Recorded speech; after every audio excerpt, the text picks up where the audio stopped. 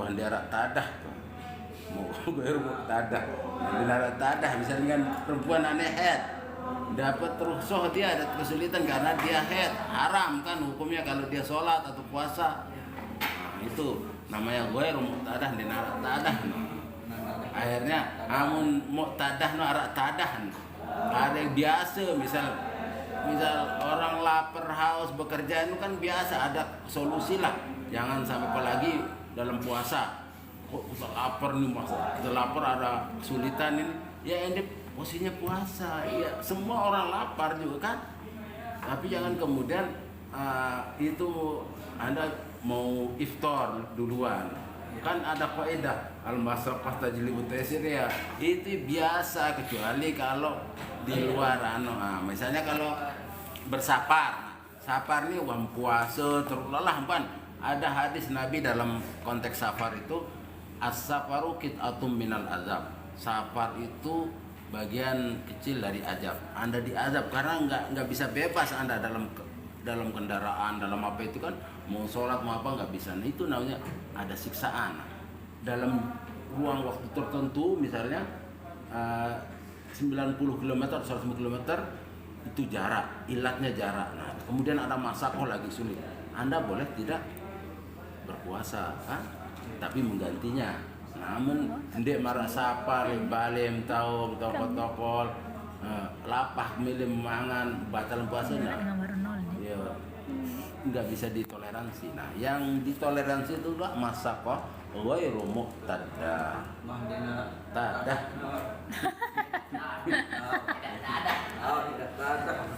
Tadah terus. Nah, ini harus dipahami dulu ya, supaya kita enak nanti masuk ke cabang-cabangnya. Pengertian masakoh, pengertian rukhsah, pengertian tadi taisir itu bagaimana kategori taisir? Nah, ya, lanjut. Masuk rukhsah juga Pak. Taisir. Ya, taisir apa maksud taisir itu? Rasa. Dia rukhsah itu. Iya, rukhsah juga. Ya. Rukhsah, fuqaha membagi 5 macam rukhsah. Coba buatkan klasifikasinya. Rukhsah wajib, rukhsah sunnah, rukhsah mubah, rukhsah khilaful aula, rukhsah makruh. Ada 5 macam rukhsah ya.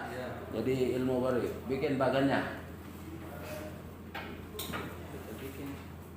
Rukhsah khamsata anwa. Rukhsah artinya keringanan, diskon, dispensasi.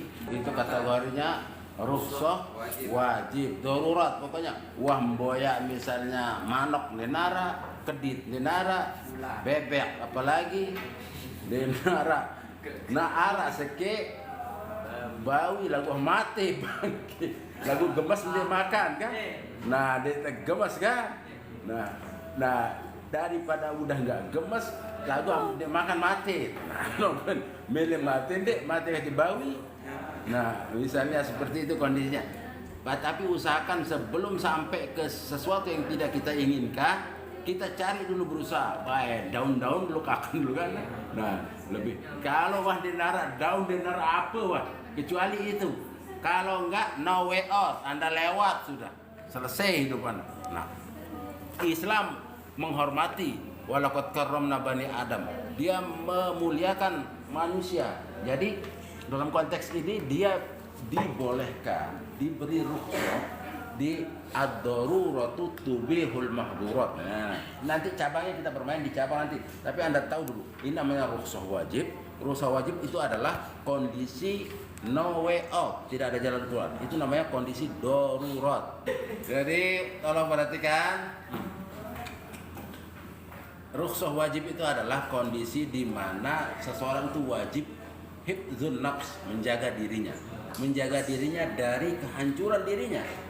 Kalau dalam kondisi tidak ada makanan, tiang, pohon, denara sesuatu, denara tadah, baru tadah, denara tadah, boya makanan halal, jangan yang halal, uang haram juga sudah jadi bangke. Nah, bagaimana kondisinya? Nah, tapi karena ada sudah bangke, dia harus lebih menyelamatkan jiwanya. dia boleh makan itu.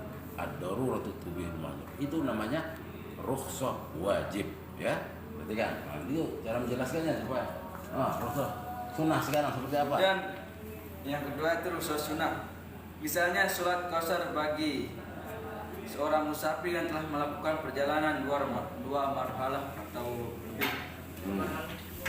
Ya, marhalah itu berapa kilo? Menurut Syafi'i 96, ada yang 96 kilo, ya. Menurut Imam Syafi'i kita ambil atau Syafi'i aja karena ada yang mendapat 80. Nah, 96 kilometer yang melakukan safar perjalanan. Terus mengalami kesulitan jika melaksanakan puasa. Dia mengalami kesulitan jika melaksanakan ibadah puasa. Oke. Nah, makanya ini dibaca dulu. Nanti saya berharap karena sudah punya buku, kalian itu coba dibaca bukunya, ya. Dibaca bukunya, perhatikan.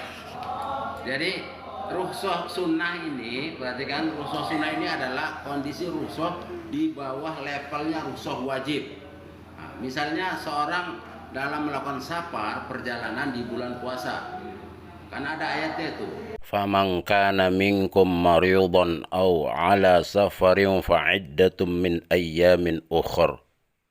Jika kamu dalam kondisi sakit atau dalam perjalanan, maka boleh iftar, boleh berbuka, tidak berpuasa, dan menggantinya di hari lain. Nah, ini konteksnya rukhsah sunnah.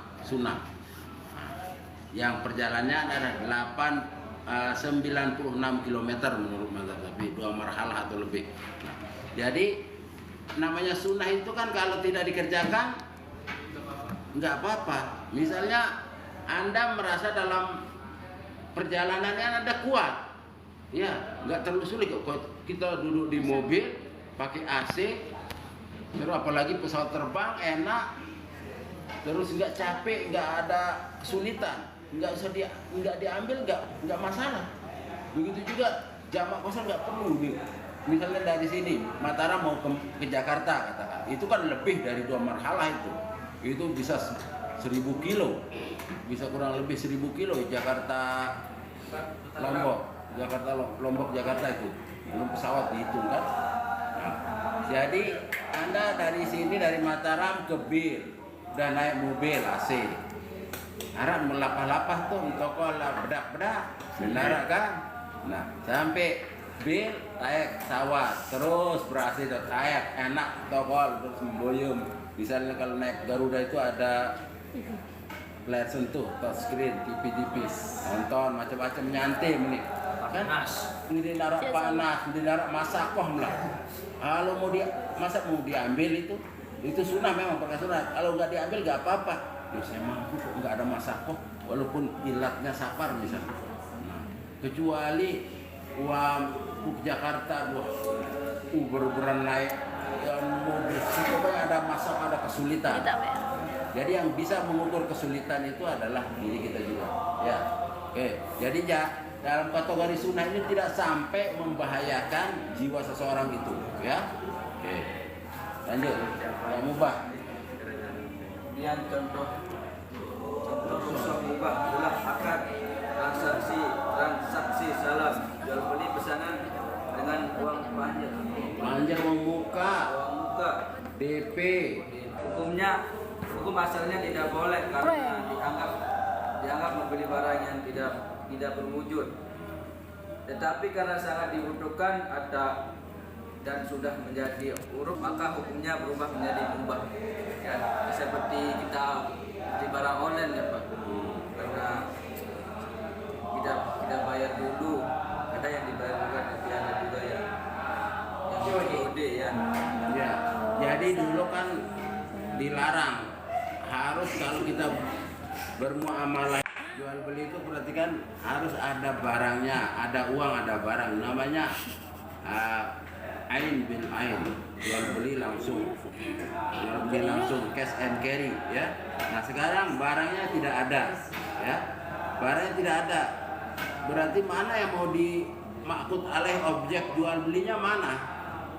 Nah, tapi dia bisa bayar panjer dulu. Nah, ini ada potensi goror, makanya dilarang. Tapi karena sudah kebiasaan, dia percaya, ada kepercayaan, nah bisa dianggap itu ada rukhsah. Nanti sehingga rukhsah mubah. Terus rukhsah khilaful aula. Nah, kalau rukhsah khilaful aula ini lebih utama kita tinggalkan daripada kita melakukannya. Contohnya menjamak sholat dan berpuasa bagi orang yang musafir dan tidak mengalami masyarakat atau tidak mengalami kesulitan dalam mengerjakannya. Tidak kesulitan dalam safarnya, makanya nama khilaful aula. Rukhsah khilaful aula lebih baik jangan diambil itu nyantai, nggak ada kesulitan dalam perjalanan, aman, malah senang-senang, ketawa-ketawa, masa mau jamak sholat, akhlak, masa nggak mau puasa. Nah, terus Yang terakhir itu rukhsah makruh. Ya, contohnya mengqasar sholat dalam perjalanan yang belum mencapai dua marhalah. Yaitu kita tidak ada masa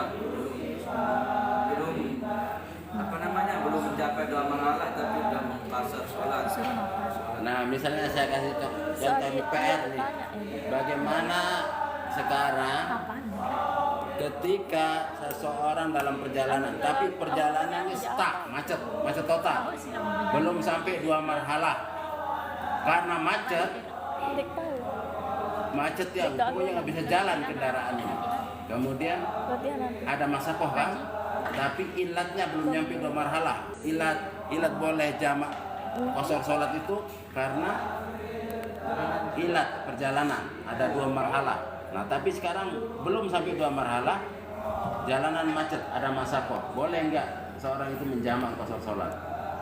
Cari itu jawaban minggu depan. Anda kemukakan dalil-dalilnya, argumen-argumen hukumnya. Oke? Ya, biar ada mikir, belajar. Minggu depannya lagi UAS, kita selesaikan dulu. Sama tes minggu depan sudah mulai tes lagi hafalan al-yakin la Rizal bisa. Masakah tajlib taisir. Yang ini yang dia Nurizaldi. Oh iya Pak. Ya, cek. Iya. Itu dulu Pak. Bapak makan ala makan. Udah ada barisnya kan? Udah ada itu Pak. Nah, kalau udah baris ketinggalan dah hafal. Sponsoran. Masa Fadilah sama siapa? Adit aja. Ayo, yang lain dong. Nih, Dende Tindo, siapa? Aku nih. Olgi sama Farhan. Bim juga. Farhan Bertiga. sama Bim. Bim.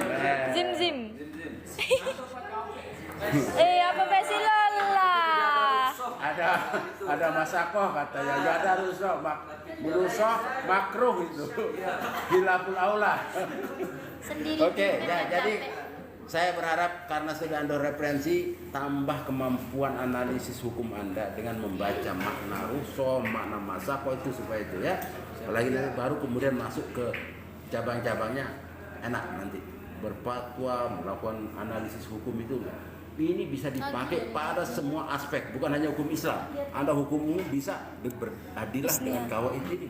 Makanya ini kalau Anda sudah kuasai hukum, mau ngomong hukum umum, mau positif, mau negatif, mau hukum civil law maupun common law, sikat semua. Saya kuliah fakultas hukum di Unram itu selesai, sudah saya debat semua dengan kawaid fikih ini ya. Makanya ini ilmu berkah ini.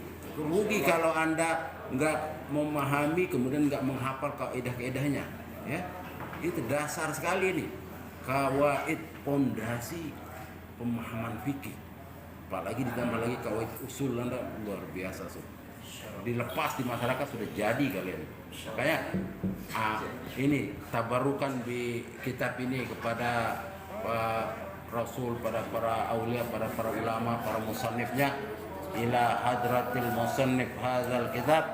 Al-Fatihah.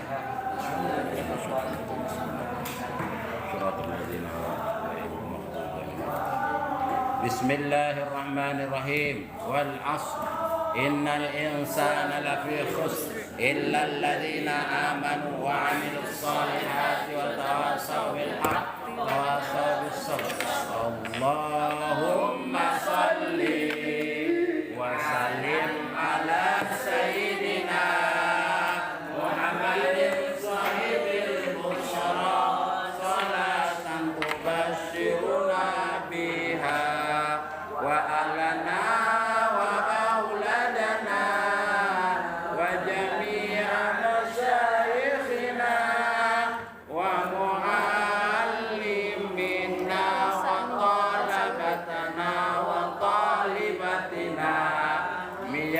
Aminah.